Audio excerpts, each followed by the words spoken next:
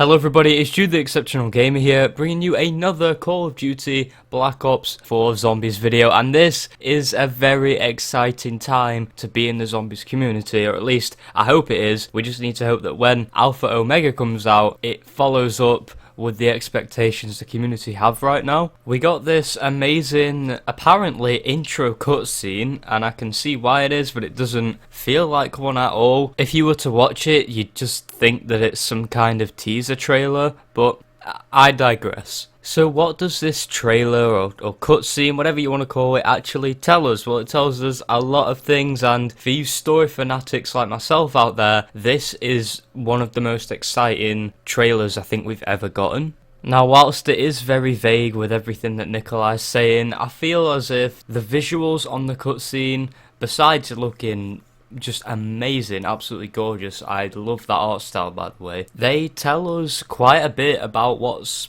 we're getting ourselves into. In the beginning, we see the Chronorium pages changing and erasing, which is, they basically just got Thanos snaps as the words are going, because things are changing, and we see Richtofen's hand, and it implies that he's dead. We also see a gun that's a British flintlock rifle, which is a weird choice of weapon considering that is not in this time period. Then this is a pretty big thing as well. We see Samantha stood, a huge, squid boy, a huge Apothicon. She goes Super Saiyan and just blasts this guy into oblivion, alright? He gets absolutely demolished. And this is so good to see. This is what the OG zombie fans have been wanting. Samantha to have more relevance, because ever since like Black Ops 2, that was it. Like, Samantha was nothing more than the announcer, and even then it was Richtofen half the time. So it really is nice to see more of Samantha, because we're nearing the end of Zombies now. Like, the Aether story is nearly over, and if we didn't get any kind of closure or any relevance of Samantha, that would really just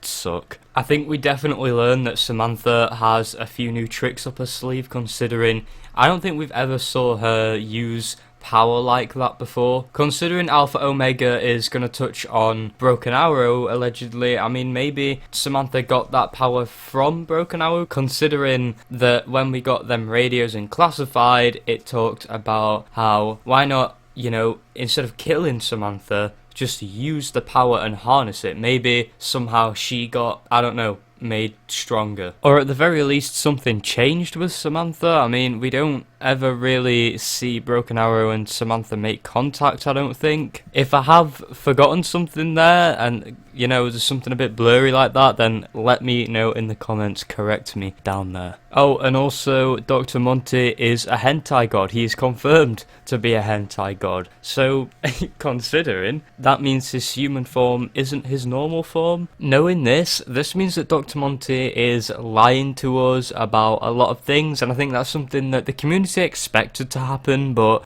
I think this just more or less confirms it now. Then, that just leads me to this theory about the, Dr. Monty and the Shadow Man being, like, split, so like they're complete opposites of each other, and they are like, they came from the same entity, and there's a whole other theory which I'll do a video on, a separate video on, if this video gets the support, or if you guys tell me that you want it, because I really want to go and dig deep into the story stuff and just, have a good time with it. But anyways, Dr. Monty is definitely an antagonist. I mean, we've got the Shadow Man as well, which I think is still evil. I mean, it's not like he's exactly a good guy. He told us what would happen to us in Revelations, which I don't think is exactly good enough for him to be considered a good guy. Speaking of the Shadow Man, we also see him and, hentai Dr. Monty in their kind of squid-like Apothicon forms, and they are going to war. We actually see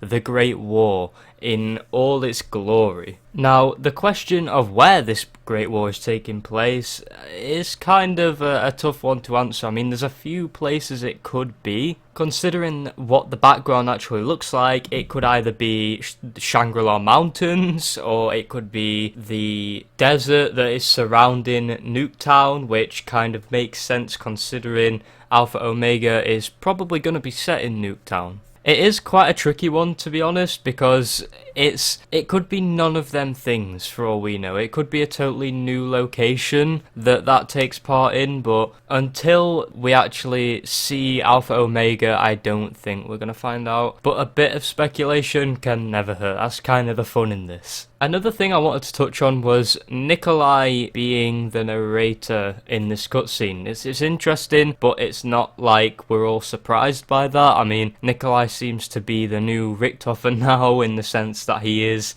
the leader and he's taking control, and he now knows everything, and he is having to do what Richtofen tried to. With Nikolai narrating, does that mean that we're playing as Primus, or are we playing as Ultimus, like what we saw in the teaser image, the poster that all the zombies YouTubers, all the big guys got sent? They got sent a little picture and it all ended up making one big poster for Alpha Omega, and that has Ultimus in it. Like, are we playing as them or Primus? I feel like we're probably gonna be Primus, but Ultimus will probably have a big part in the Easter egg, I'm hoping. Speaking of other crews, we also see Victus, we see Misty and Stuhlinger. I don't really know if they're going to be all that relevant, to be honest. I feel like they're just kind of showing that just for the sake of them being grazed by the apocalypse. I don't know. I really don't, but if we see them, it'll be pretty cool. And one more thing that I feel is pretty damn worth mentioning in this trailer is seeing what looks to be Broken Arrow. This is so freaking just exciting, to be honest. This is probably one of the most exciting parts of the cutscene, because Broken Arrow for the longest time has been kept under wraps for a lot of zombies, and this now being able to really see what's going on. I mean, we got some radios in classified, but that was like a little taste. But now, here we are, and hopefully we can just learn way more about this, because Broken Arrow definitely have a much bigger part to play in this than any of us ever knew until now. We see what looks to be a Broken Arrow lab getting overrun by zombies, and this is gonna be so cool. I'm so ready to just learn more about this, because this is one of the kind of grey areas of the zombie story that we just haven't really had loads of information on. Could you imagine if this wasn't Broken Arrow and we was all getting excited for nothing?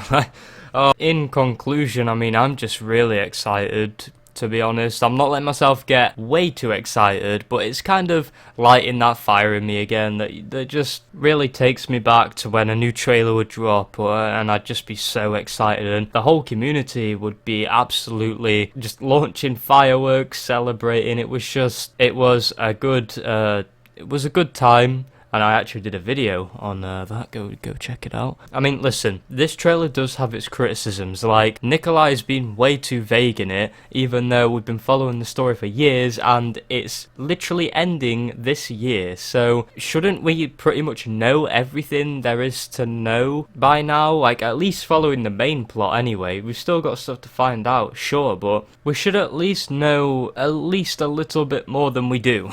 And something else is like what I said earlier, it just doesn't really feel like an intro cutscene, if that's really what it is meant to be. But overall, I think this is a time where the community should get excited. I think we should try and get that feeling back, even if it's just for like one more time with the Aether story. I think the community should at least just try and think positively, and I know we haven't been given much reason to, but this trailer kind of changes things. It really does turn the tables a little bit. I really did get an excited feeling again, and that was something that I haven't really had for Black Ops 4. I think the only time I did have that is at launch. I want to be making more story videos because I love the story. I want to do some custom zombies on Black Ops 3 because I've got Black Ops 3 now. I've literally got maps installed, ready to be recorded, and I have a Deceit video in the works as well. And that's going to be like funny moments with me and a few of my friends, and it should be a good laugh, something a bit different, but